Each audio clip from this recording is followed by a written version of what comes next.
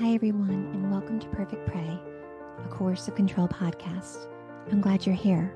My name is Dr. Christine Marie Cocchiola, and I'm a licensed clinical social worker and have a doctorate in clinical social welfare, where I researched coercive control and the impact on both adult and child victims.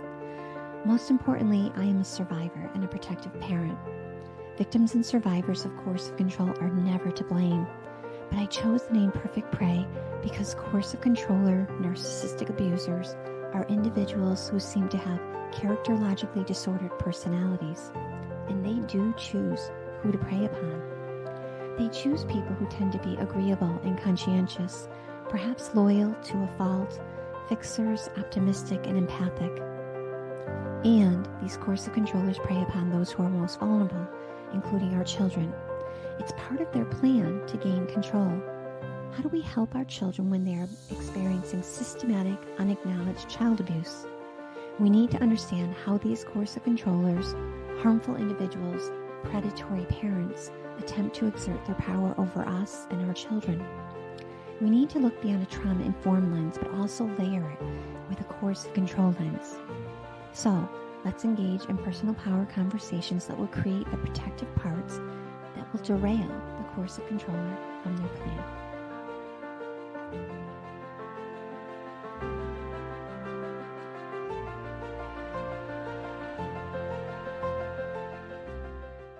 Hi, everyone. Welcome back to Perfect Prey. I'm so glad you're here. You know, as many of you know, my work started in child sexual abuse, and I was a sexual abuse crisis counselor when I was 19 and worked in child welfare. And of course, have been doing this work my entire life. So I'll age myself a little over 37 years. And I, came to this work because someone I love had been abused as a child by a child perpetrator.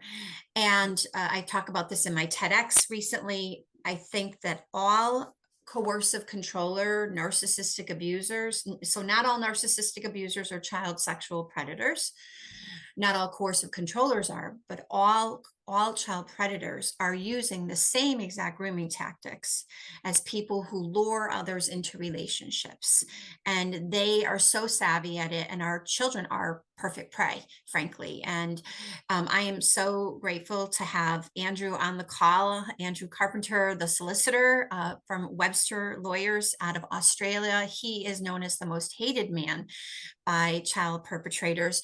And just for those of you listening, we are not going to be using the P file word because apparently that might actually, well, Andrew, do you want to talk a little bit about yourself and tell us why we can't use that word? What are you hearing on the streets about this? Oh, yeah, my name's Andrew. I'm a partner at Webster's Lawyers. I've been a lawyer for about 15 years now, or 14 years, and I think with every time someone starts at a law firm, they're normally thrown cases that people don't want to deal with. And I was never sexually abused as a child. It's never happened to me, but I just saw how in the injustice it was with survivors of childhood sexual abuse, and how the odds are stacked against them, the time periods are stacked against them, the law stacked against them. And I thought, you know what, I really want to make a change to this. And then having children of my own, I really started to push all kinds of law change around Australia. But yeah, the P word seems to be getting videos banned off YouTube and taken down off Spotify and Apple. But then we've got websites like Pornhub and that make billions of dollars per year sharing child exploitation material. So for the people trying to stand against it, we're often silenced. But the big companies making money off it, it's a thing that they're not really editing it or scouring the places that they should to make sure that their sites are safe from child abuse material. Absolutely. I don't know if you've heard of Lila Mickelwait's work. She wrote the book Take Down Pornhub, and she was able to infiltrate the system and show how people who upload videos can be like literally there's no they don't have to show their age, they don't have to show their contact information. And so what she found, right, is that there was so much child sex trafficking going on through the Pornhub sites, right? And It's quite remarkable, to your point, that it takes that like one person to actually draw attention to. I guess MasterCard and Visa and American Express stopped taking payment for them. But as you know, just another organization opened up and just started doing the work someplace else. This is how quick. Before the predators used to find it on the dark web, but now there was a study a while ago. Someone found child abuse material within about a minute and a half on Twitter. Mhm. So it's not the people now going to the ends of the earth to try and find this. And I mean, I don't know any normal human being that would know how to get on the dark web. And especially when you're seeing individuals that are in their 60s and 70s getting busted for abuse material where they weren't brought up in the computer industry. And yet now the ease of accessibility of this and also the lack of sentencing in Australia. I mean, we're seeing people that possessing child abuse material getting home detention or suspended sentences. Now, we've all lived through COVID. A home detention is not an adequate punishment. Everyone did home detention through COVID. You stay at home and go to the grocery shops and doctor's appointments. It's not a deterrent. And that's the thing. This in Australia, 1 in 3 girls and 1 in 5 boys will be sexually abused for their 18th birthday. Yet only 0.003% of all 1,000 reports ends in a conviction. So this is not a problem you can arrest out of, because otherwise, how many millions of people per year will be arrested and filled in the jails? Right, that's right. And 93% of offenders are known to children and oftentimes create relationship dynamics, right? Where children feel like this is a safe person, or in some cases, the children might be in a position where they're not feeling safe at home, and the abuser is going to use that vulnerability they're going to use it to actually abuse them, which a lot of parents are not aware of how unsafe, to your point, 1 in 3 girls, 1 in 5 boys. I believe our stats are very similar across the world. And, there's not, people think that people are safe and they're not.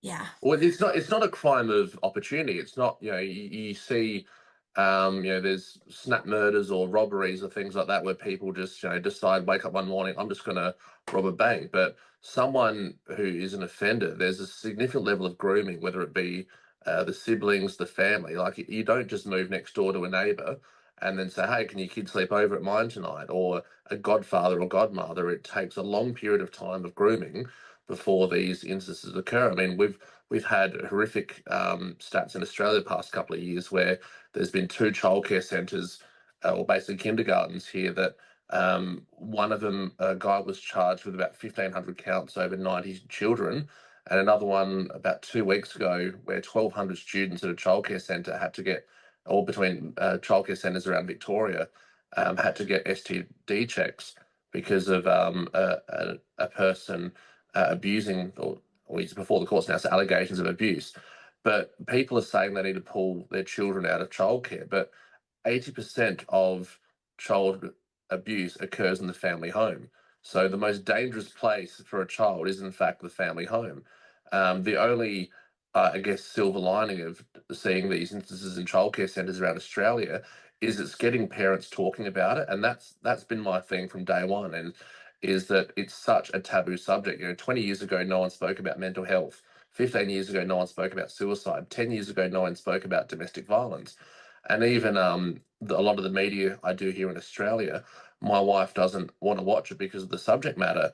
And I always tell her, like, that's part of the problem. It's parents turning a blind eye and not wanting to hear about this. But when you have children, it's something that you need to have uncomfortable conversations about, because this is a real issue that, again, 1 in 3 girls and 1 in 5 boys will experience. And to put that in real world figures, out of an average 30 student classroom, 5 girls will be abused and 3 boys will be abused. So if you're a parent dropping your kids off at school, just count 8 kids in your classroom and think, wow, that's when it really hits home. That's right. And so it's interesting. Our stats are exactly identical to the ones that I talk about also. And I think one of the things that we don't realize is that then these children show up in school, and we're going to have children who are living in disassociated states, who are going to be suffering trauma. We wonder why maybe they're overachievers and they need to always get A's, right? That's like a trauma response, or they're literally not engaged in learning. And then in that, the reality is that once you've been abused by someone, you actually are more likely to experience abuse by a secondary person. And so there is a trajectory there of significant harm. And, we should probably say this right out the gate here, is that just because I've been sexually abused does not mean I become a perpetrator. That is a misnomer. That is totally not true. What we know is that certainly there's something called reactive abuse, where children will act out inappropriate things that they have seen at a vulnerable developmental level, but that doesn't necessarily mean that someone's going to be a perpetrator. And I think one of the other issues that is really, I can't even believe you said that that in 1.5, what did you say about Twitter? Please repeat that, because that was astounding to me. So someone went on Twitter, I can't remember who it was, I think it was a retired detective, that they did a speech about a year or two ago, and they went on Twitter to try and find child abuse material, and it was a minute and a half until they actually found images. And so it's not people now going to the dark web to find it, it's the easy accessibility. And people don't realize that when you're putting your children up or photos on Facebook, AI is a great tool for businesses, but a lot of offenders are actually using AI to have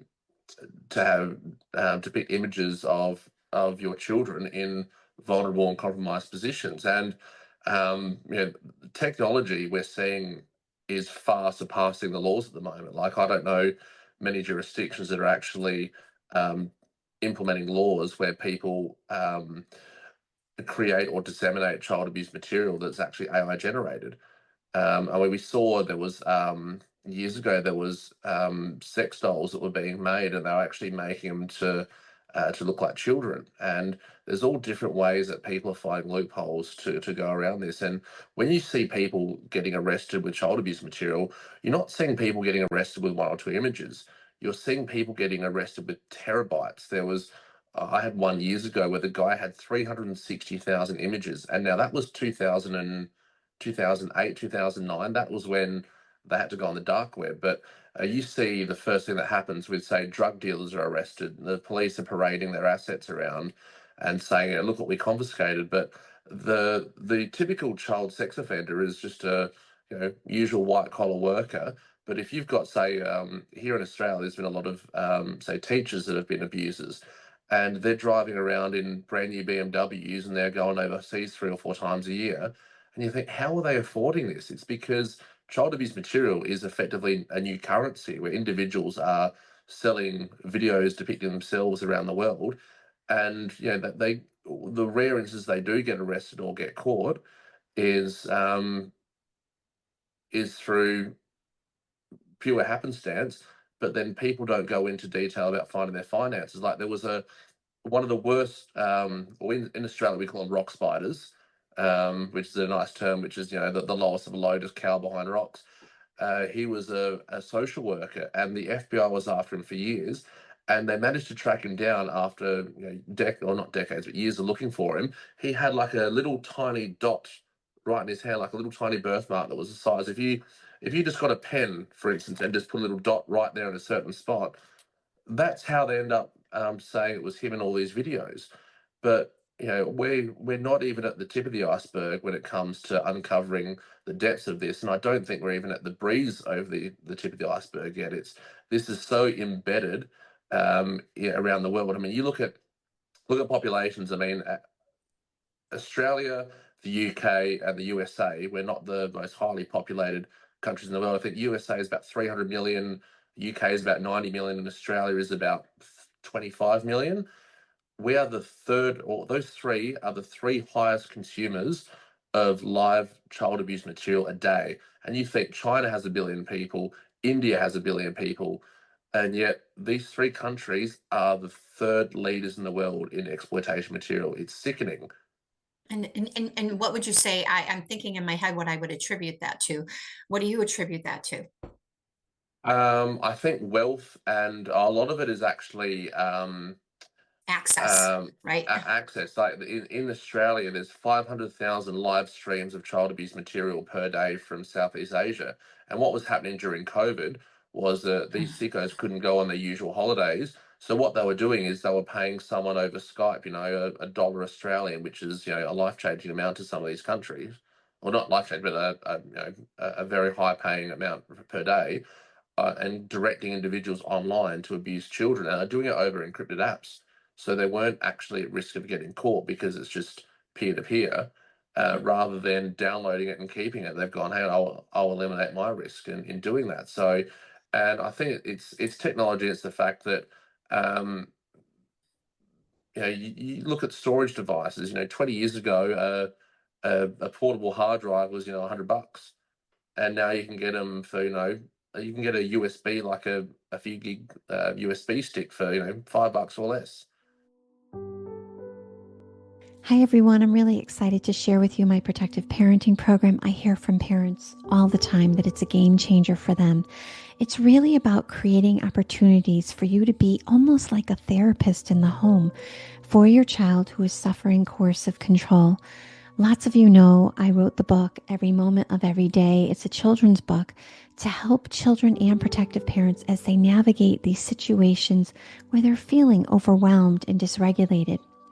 Beyond that, we need to be helping our children to understand what their body is telling them, and also really looking through a coercive control lens at their experiences. It's time that we really understand that children are experiencing the same exact trauma that we experienced. How do we parent them differently? Our children are different as a result of this experience they've had, and we are different. And we have to truly look through the coercive control lens to support them. I hope you will join me in the Protective Parenting Program. It's offered live and self-study. And of course, I always hope that if there's anything I can do or any of my team members can do to support you, that you reach out.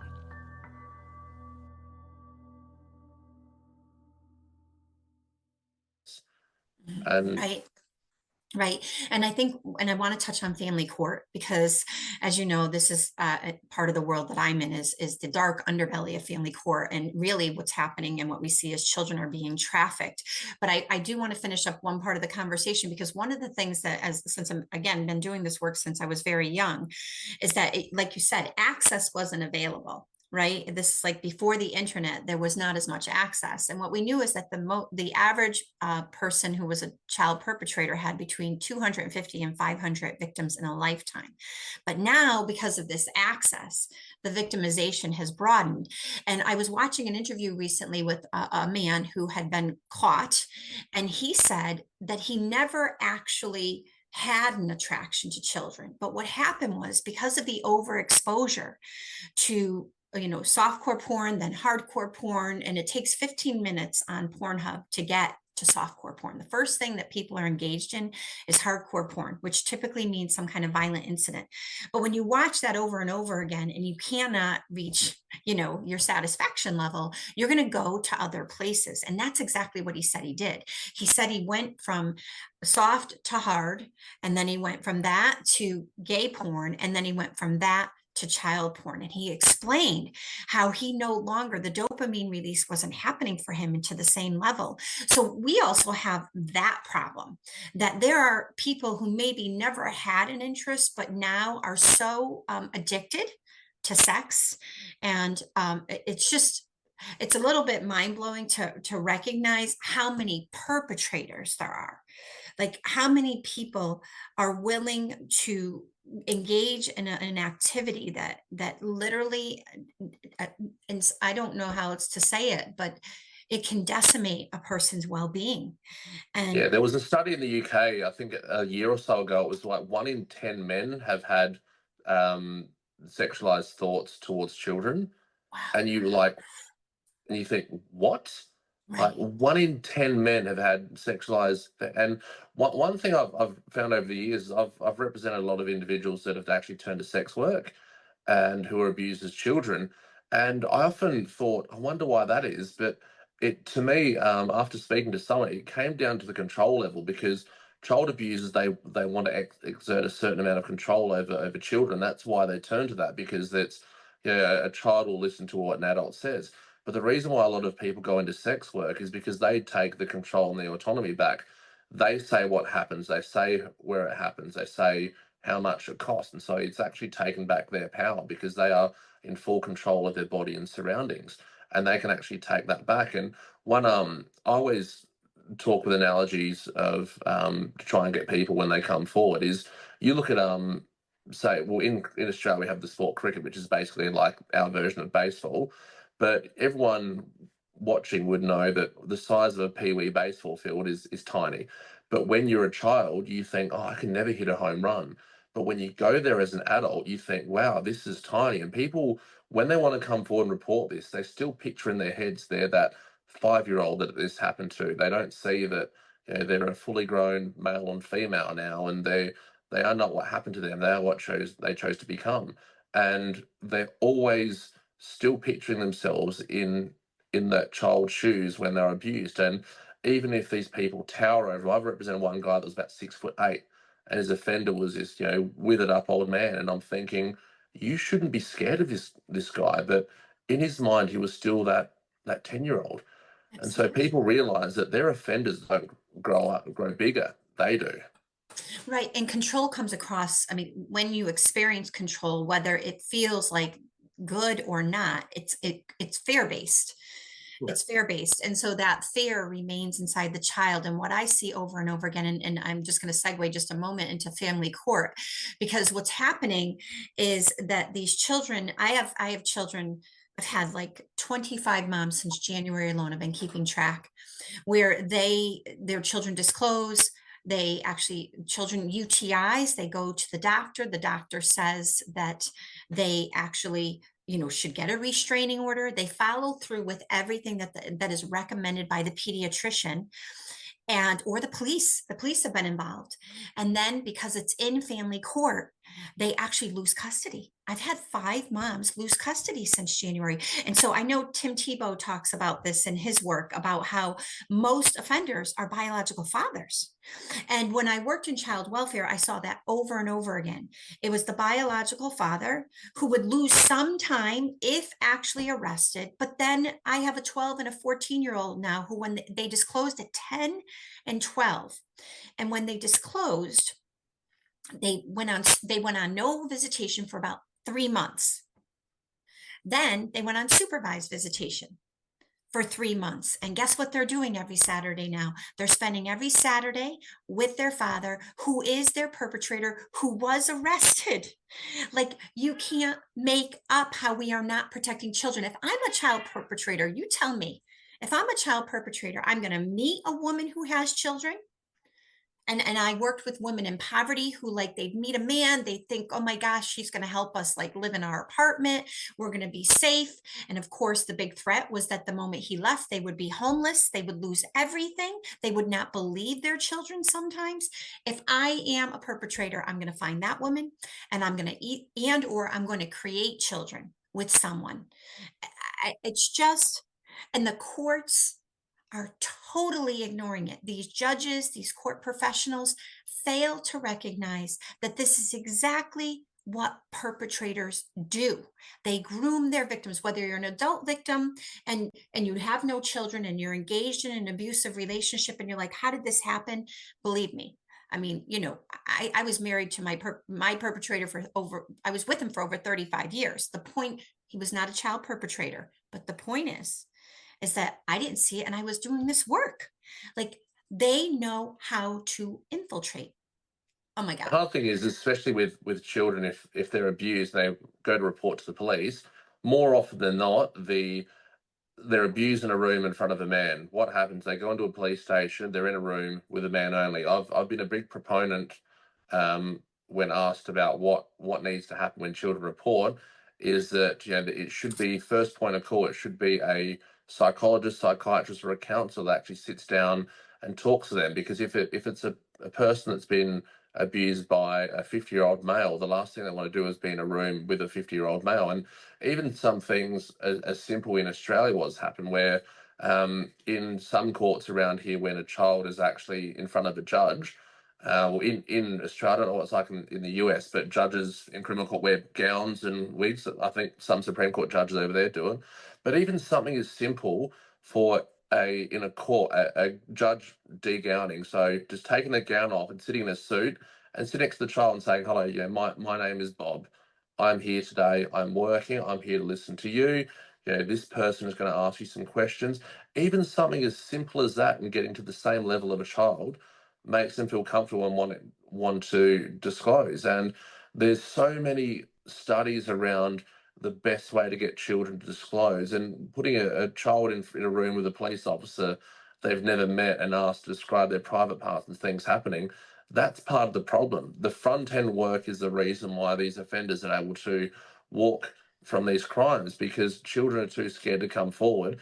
And the average time frame in Australia to report is 29.4 years.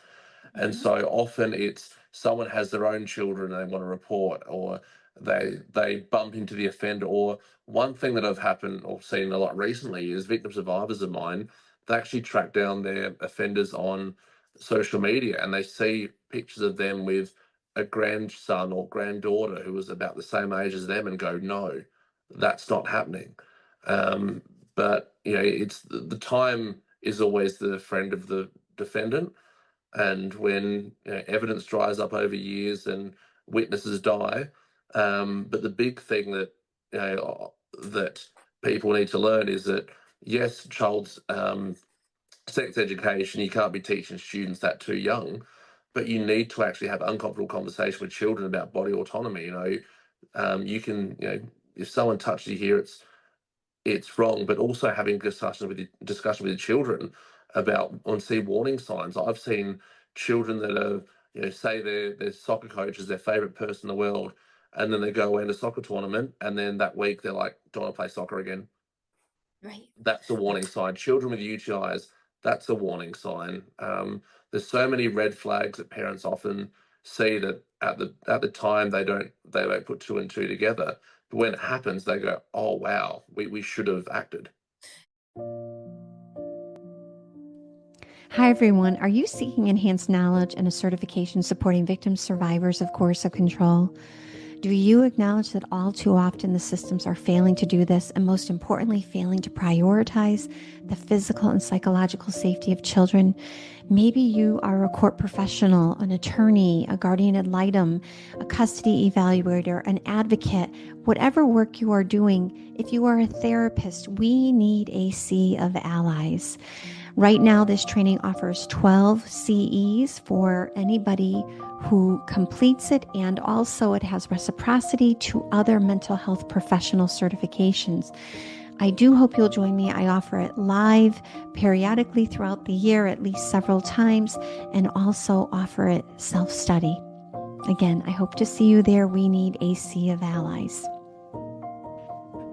Absolutely. We call those behaviors of concern in the field.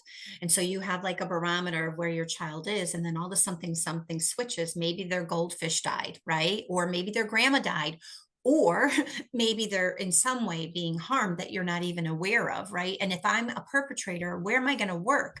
So it doesn't mean that every single, obviously we don't want to like make people, but teachers and coaches, I'm going to have access to children. That's what I do. And I always say, if someone has more interest and time with children than they do with adults, every single one of us who's around children, you have small children, it's like you need a break at some point. You know what I mean? If someone has more interest in children and is taking out their free time to spend more time with children, that is a huge red flag. And to your point, we have these discussions about where your bathing suit is. Nobody's supposed to touch. And here's the thing, it's not, we used to call it stranger danger in the United States. I'm sure you did too. We don't, right? It's not good touch or bad touch, because the reality is sometimes this stuff feels good. We're all sexual beings, and we have to acknowledge that there's no shame in the fact that maybe if you're, a child and you had a good feeling and you believed that someone was a good person, that doesn't make you bad. The person will tell you that. Right. And so it's about children growing up in a space where, to your point, if I don't value myself, then yeah, I'm going to probably become a sex worker, because I don't think I actually matter to anyone.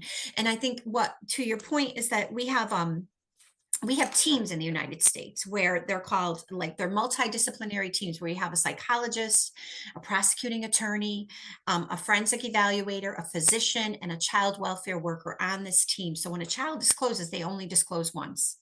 Supposedly, that's what's supposed to happen. So that's great. Except that what if the court professionals are also complicit? This is the other problem we're having, particularly in the family court area, is that there's collusion going on where if a dad shows up as a good enough dad or a mom, but I mean, let's be honest here, most of the time perpetrators are 98 something percent of it's males. yeah, So. yeah. So if a dad shows up as a good enough dad and he expresses an interest in seeing the children, then everything the mother has claimed is actually her trying to alienate the children from the dad instead of saying, wait a minute, why is this mother concerned? Now, could people lie and manipulate sometimes? Absolutely.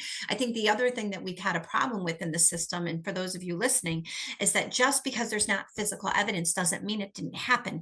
Just like the inside of your mouth.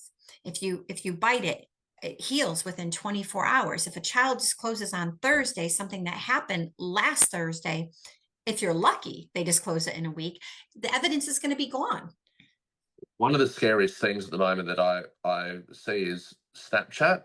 So Snapchat to me is the predator's playground. So people don't realize this, but if you have your Snapchat screen and you click on the bottom left-hand corner, it's a map function. Now, what that map function does is you could locate where someone is right now within half a meter, which is half a yard of where they're sitting. So what a lot of offenders are doing is they're adding children on Snapchat, and if they message them during the day when they should be at school and they're not at school, they're in a suburban home.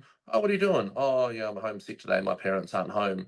The offenders can go to their house, know exactly in the house where they are, go in, abuse a child, and then say, right, I know where you live. If you tell anyone what's happened, I'll come back here. I'll harm your family, harm your dog, and I'm seeing friends and their children, they're allowing them to have Snapchat, and they don't realize that.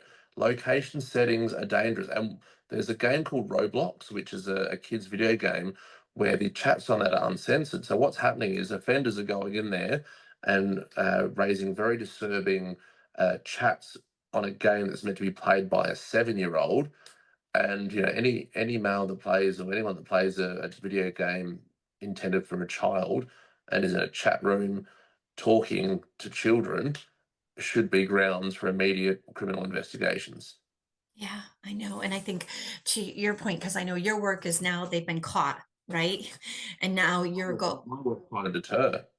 well, so you're trying to deter, but you're dealing with offenders after they've been caught. Am I right? So, Yeah, so out of 15 years, I think that I've only won actions about maybe 10 people that have actually been convicted. Most of it haven't. And the way to look at it is the O.J. Simpson case.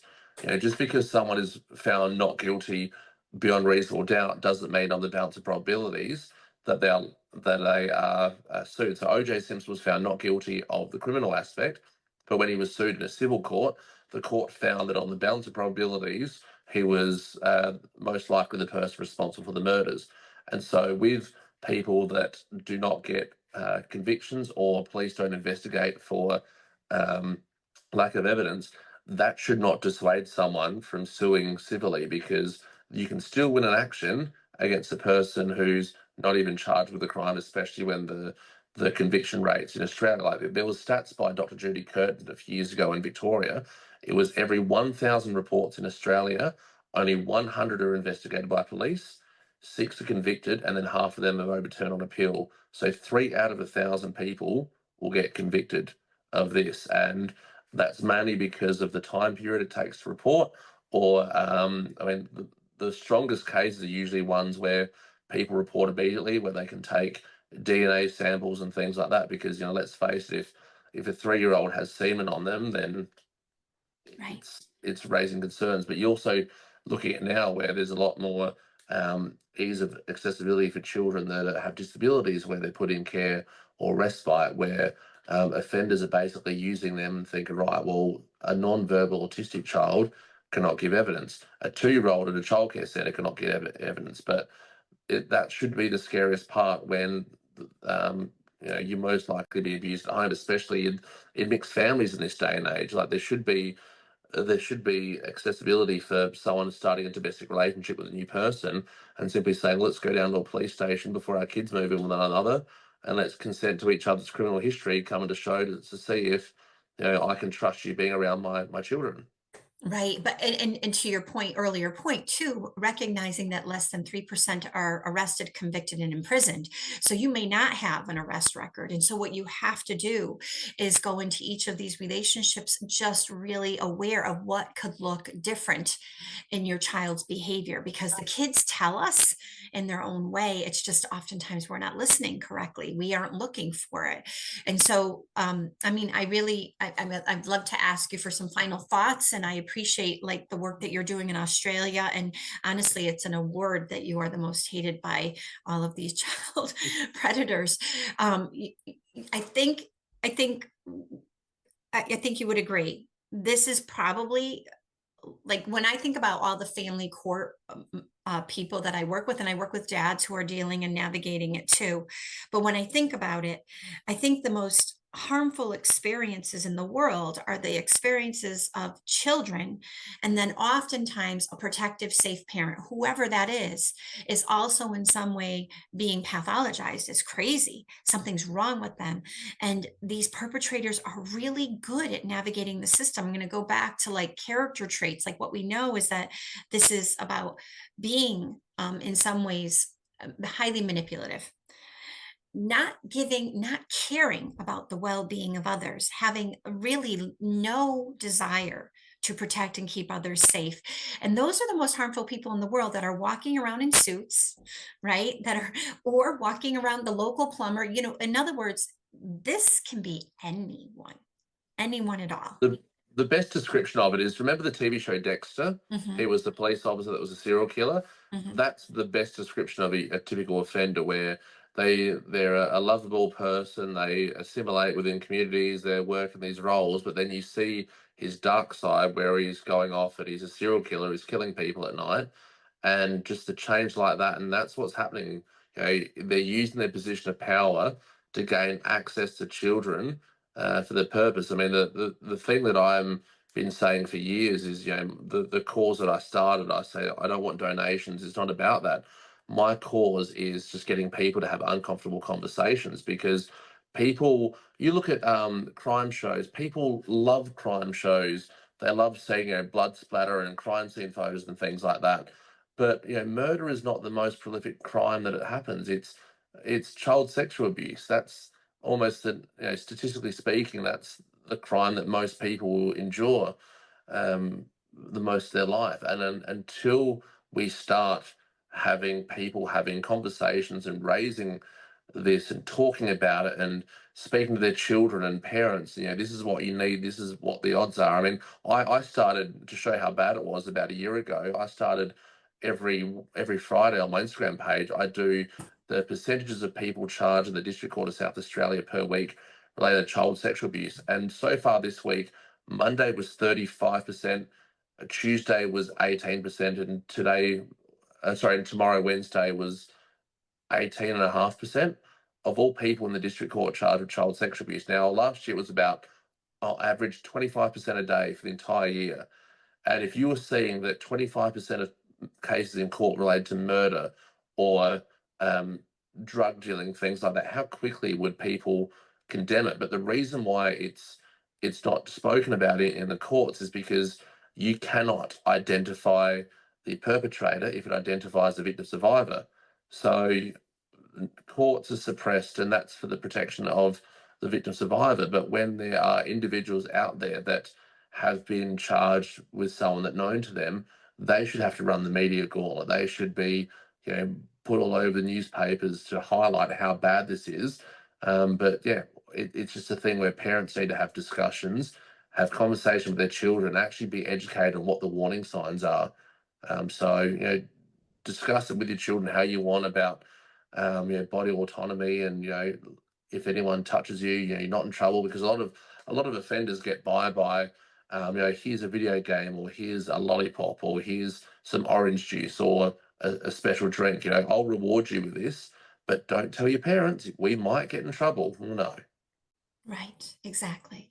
Exactly. And even the response, I mean, if anybody ever touches you, I'll kill them. Right. Or something like that scares a child. Right. Or if anybody ever touches you, they'll go to jail. And then this is maybe their favorite uncle.